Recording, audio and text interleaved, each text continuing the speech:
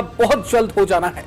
क्या एमपी की जनता मामा शिवराज, महाराज सिंधिया और राघोगढ़ के राजा दिग्विजय सिंह को अपने सिर आंखों पर बैठाती है या नहीं, ये 7 मई को तीसरे राउंड की वोटिंग तय करेगी। जैसे जैसे लोकसभा चुनाव अपने आखिरी राउंड की तरफ बढ़ रहा है, वैसे वैसे मुकाबले दिलचस्प होते जा रहे हैं।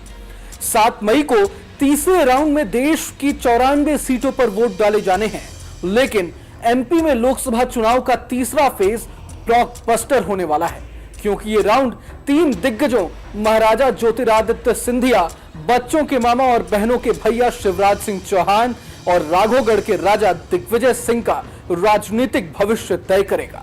केंद्रीय उड्डयन मंत्री ज्योतिरादित्य सिंधिया 2019 में केपी यादव से मिली करारी हार के बाद एक बार फिर अपनी पारिवारिक सीट पर कब्जा करने की जुगत में गुना लौट आए हैं। राजगढ़ में दिग्विजय की 30 साल बाद घर वापसी हो रही है, तो वहीं करीब 1.5 दशक तक मध्य प्रदेश का मुख्यमंत्री रहने के बाद शिवराज सिंह चौहान अपनी विदिशा सीट से केंद्रीय राजनीति में आने का प्रयास कर रहे हैं। लेकिन एमपी के इन 3 दिग्गजों की सीटों पर क्या है लोगों का मूड, ये जानना जरूरी है। नमस्कार, मैं हूं रोहन शर्मा और आप देख रहे हैं न्यूज नेशन का डिजिटल प्लेटफॉर्म। वैसे तो गुना सीट को सिंधिया परिवार का गढ़ माना जाता रहा है। गुना से ज्योतिरादित्य सिंधिया कुल 4 बार सांसद भी रह चुके हैं, लेकिन 2019 के आम चुनाव में यहां से बीजेपी के केपी यादव ने कांग्रेस के टिकट पर चुनाव लड़ रहे सिंधिया को 1,25,000 वोटों से हराया था। लेकिन अब समीकरण बदल गए हैं। कभी कांग्रेस के खासम खास रहे सिंधिया अब गुना से बीजेपी के उम्मीदवार हैं। हालांकि सिंधिया के लिए जीतना इस बार भी आसान नहीं है और उसका एक बड़ा कारण है यादव वोट बैंक का प्रमुख होना। माना जाता है कि 2019 में यादव वोटर्स ने सिंधिया से मुंह मोड़ लिया था। यही वजह है कि इस बार कांग्रेस ने यादव समाज से आने वाले राव यादवेंद्र सिंह यादव को गुना के मैदान में उतारा है। राजगढ़ सीट की बात करें तो यहां कांग्रेस के दिग्विजय सिंह की करीब 30 साल बाद घर वापसी हुई है।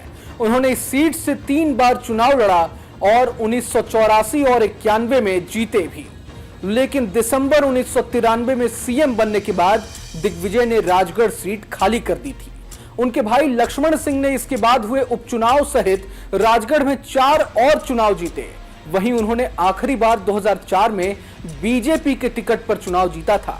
वैसे तो 2009 में कांग्रेस के नारायण सिंह अमलावे ने लक्ष्मण सिंह को हराकर राजगढ़ सीट पर कब्जा जमा लिया था, लेकिन 2014 और 2019 की मोदी लहर में राजगढ़ कांग्रेस के हाथों से निकल गई। बीजेपी की तरफ से एक बार फिर रोडमल नागर चुनावी मैदान में है, तो वहीं दिग्विजय के लिए इस बार का चुनाव करो या मरो बन चुका है। महाराज सिंधिया और राजा दिग्विजय की तुलना में पूर्व सीएम शिवराज सिंह चौहान काफी कॉन्फिडेंट नजर आ रहे हैं।